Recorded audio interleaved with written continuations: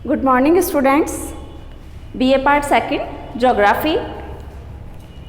हम मानव प्रजातियों के वर्गीकरण के बारे में अध्ययन कर रहे थे। इसी श्रृंखला को हम आगे बढ़ाते हैं। 1889 में डेनिकर महोदय ने प्रजातियों को वर्गीकृत किया था। 1889 में डेनिकर महोदय ने प्रजातियों को वर्गीकृत किया। उन्होंने बालों की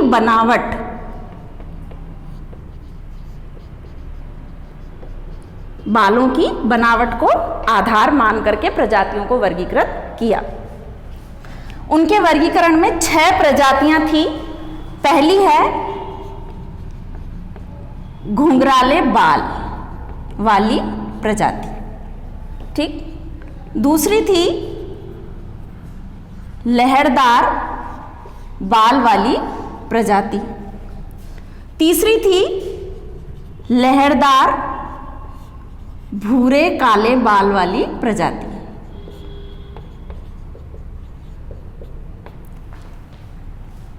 चौथी थी लंबे बाल वाली प्रजाति। पांचवी प्रजाति थी लहरदार सीधे बाल वाली प्रजाति। और अंतिम छठी प्रजाति थी उनकी सीधे और खड़े बाल, सीधे व खड़े बाल वाली प्रजाति। देखिए, ये 6 प्रजातियां उन्होंने बालों की बनावट के आधार पर बताई। घुंघराले बाल वालों में निग्रीटो, बुशमैन,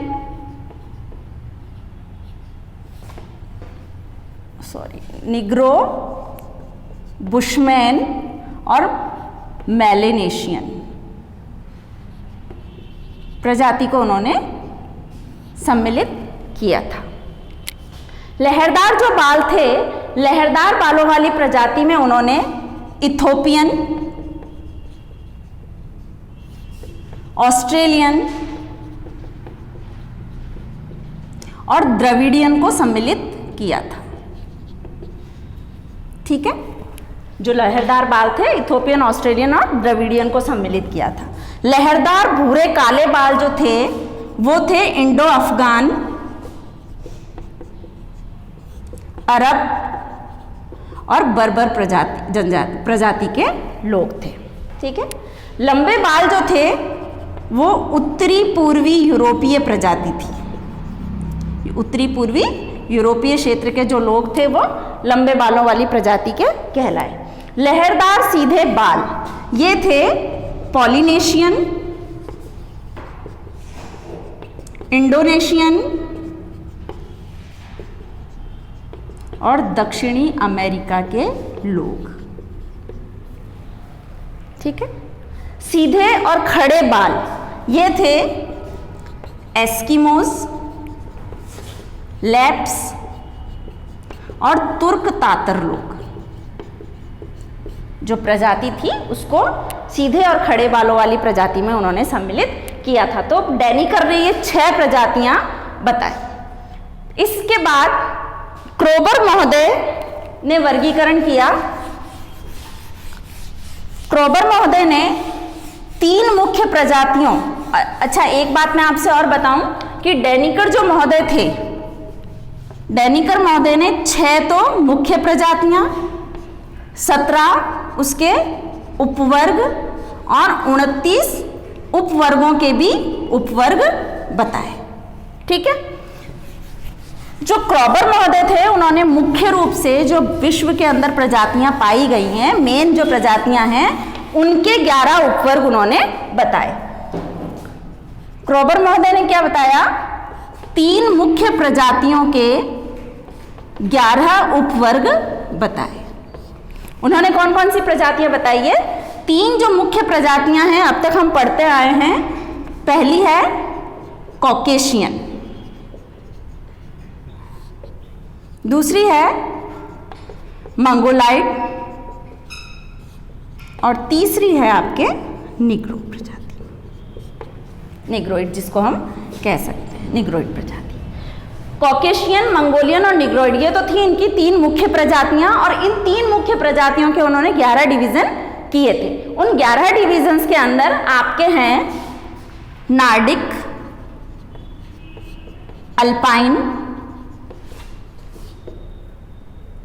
अल्पाइन, भूमध्य सागरीय और हिंदू।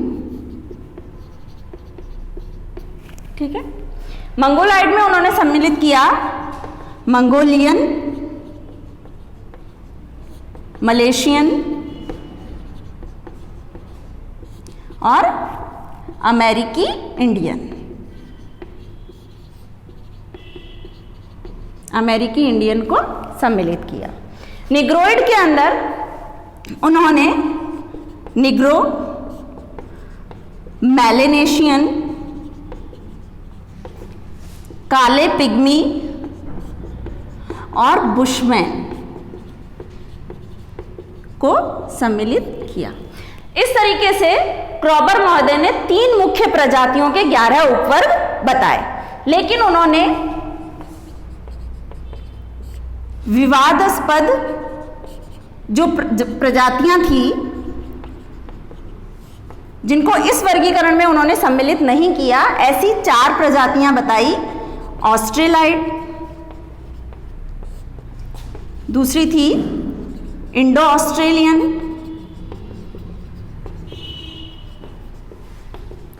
तीसरी थी पॉलिनेशियन और चौथी थी एनु। ये प्रजातियां उन्होंने बताई। ये विवादास्पद प्रजातियां थी जो कि इस वर्गीकरण में सम्मिलित नहीं हुई थी। ठीक है, क्रॉबर महोदय के वर्गीकरण।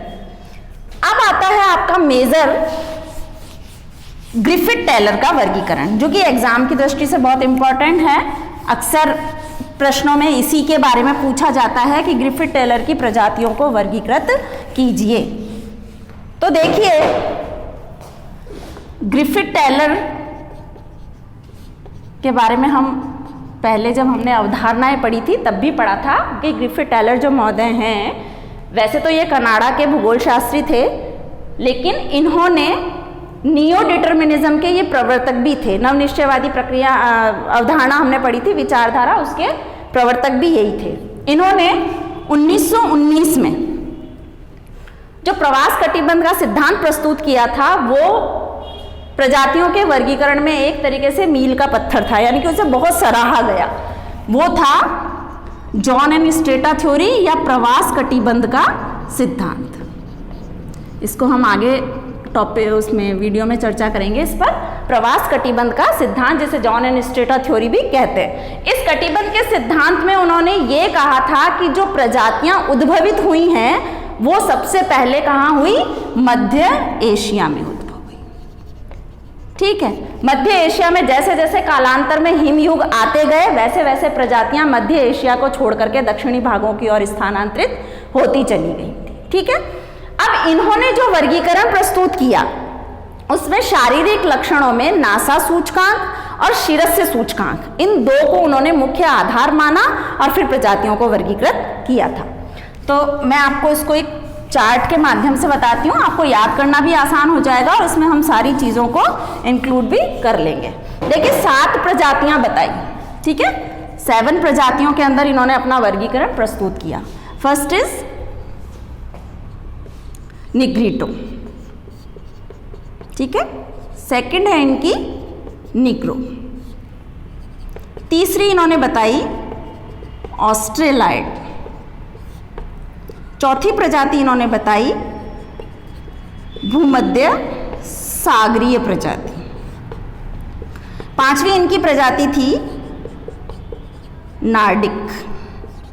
छठी प्रजाति थी अल्पाइन और 7वीं इन्होंने बताई मंगोलाइड। ठीक है, ये 7 प्रजातियां इन्होंने बताई, जिसमें इन्होंने शिरस्य सूचकांक, आपको मैंने सूत्र बता चुकी हूं मैं शिरस्य सूचकांक का कि कैसे निकाला जाता है इसको। नासा सूचकांक यानी कि नाक की आकृति भी मैंने आपको बता दी है, नासा सूचकांक। कद, शरीर का कद। त्वचा का रंग, उन्होंने सभी चीजों को सम्मिलित किया है, सारे लक्षणों को। त्वचा का रंग और बालों की बनावट को लेकर के उन्होंने इन प्रजातियों को वर्गीकृत किया। अब आपको मैं यहां जो संख्या दिख करके दे रही हूं उसमें आपको आसानी से पता चल जाएगा कि शीर्ष सूचकांक में मध्यम सिर, लंबा सिर और चौड़ा सिर कैसे है।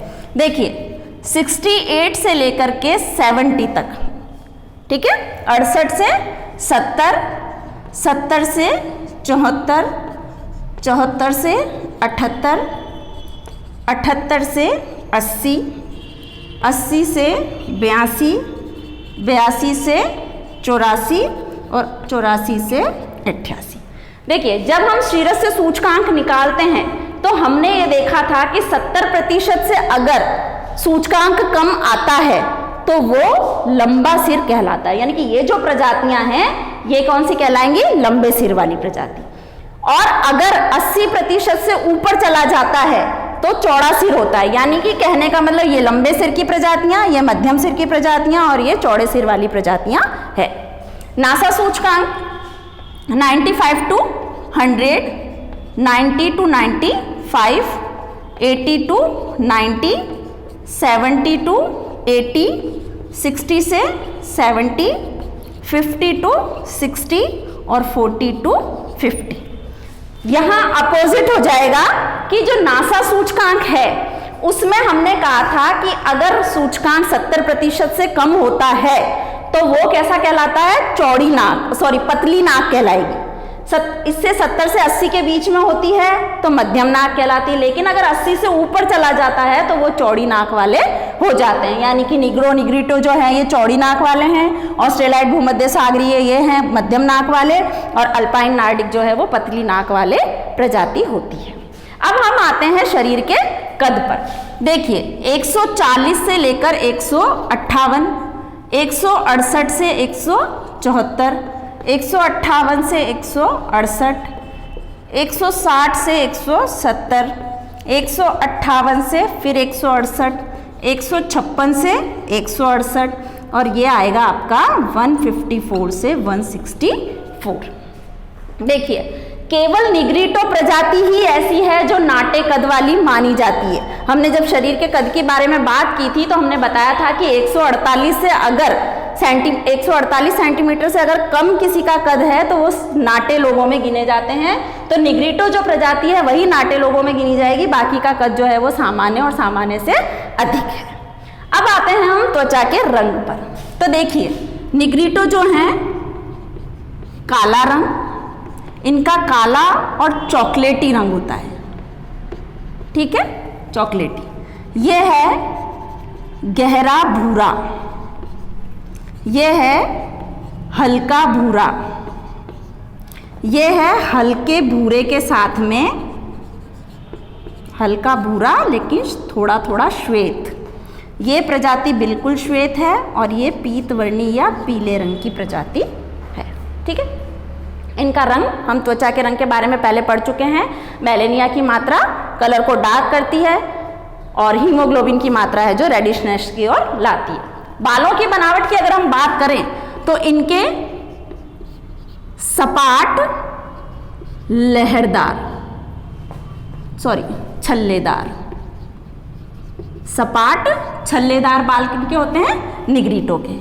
इनके होते हैं कंप्लीटली छल्लेदार बाल, ठीक है। ऑस्ट्रेलाइड में आपको मिलेंगे मध्यम घुंघराले बाल,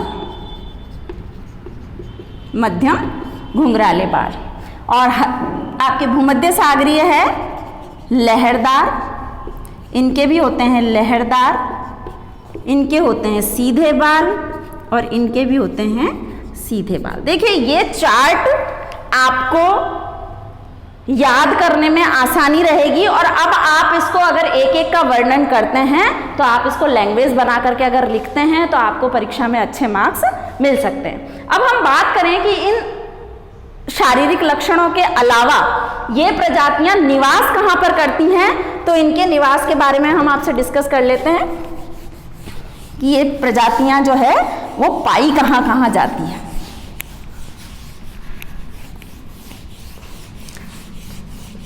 ये सातों प्रजातियां जो है ये विश्व के किन भागों में निवास करती है। तो देखिए निग्रिटो जो है प्रजाति ये आपकी है, एक तो आपका है श्रीलंका, ठीक है, एक है आपका Congo basin, Sri Lanka Congo basin, एक आपका आएगा दक्षिणी पश्चिमी पूर्वी अफ्रीका, श्रीलंका और आपका कांगो बेसिन, दक्षिणी पूर्वी पश्चिमी अफ्रीका, और एक आएंगे आपके पूर्वी द्वीप समूह में भी निवास करती है। निग्रो जो प्रजाति है ये आपके आएगी गिनी तट, घाना, सूडान और पापुआ में निवास करती है। ऑस्ट्रेलाइट जो हैं ये आपके आएगा पूर्वी अफ्रीका, ब्राजील, ऑस्ट्रेलिया और दक्षिणी भारत में निवास करती हैं, ठीक है। भूमध्य सागरीय जो प्रजाति है ये भूमध्य सागरीय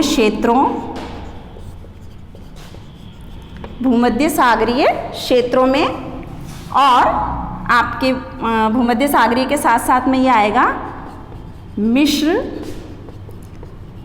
ईरान, इराक और पुर्तगाल में निवास करती है, ठीक है। नार्डिक जो प्रजाति है आपकी वो रूस और उत्तरी यूरोप में निवास करती है। अल्पाइन प्रजाति ये आपके आ जाएगा अमेरिका महाद्वीप, मध्य एशिया और यूरोप के कुछ भागों में निवास करती है, कुछ भागों में निवास करती है। मंगोलाइट जो हैं मंगोलिया में, आपके इधर आप आ जाओ, मंगोलिया के बाद में मंगोलिया प्रजाति, मंगोलाइट जो प्रजाति है वो मंगोलिया में, चीन, जापान, वियतनाम, म्यांमार आदि में निवास करती है। तो देखिए निग्रिटो प्रजाति के टेलर महोदय द्वारा जो प्रजातियों को वर्गीकृत किया गया था उसके हमने सभी शारीरिक लक्षणों के आंकड़ों को देख लिया और कहाँ कहाँ पर ये निवास करते हैं, इनके निवास क्षेत्रों के बारे में भी हमने जाना। तो ये है आपका प्रजातियों का मुख्य वर्गीकरण, और टेलर महोदय का वर्गीकरण तो बहुत इंपॉर्टेंट है, आप इसे ध्यान से देखिएगा। आगे हम टेलर महोदय द्वारा जॉन एंड स्ट्रेटा थ्योरी जो दी गई है उसके बारे में डिस्कस करेंगे। तब तक के लिए थैंक यू।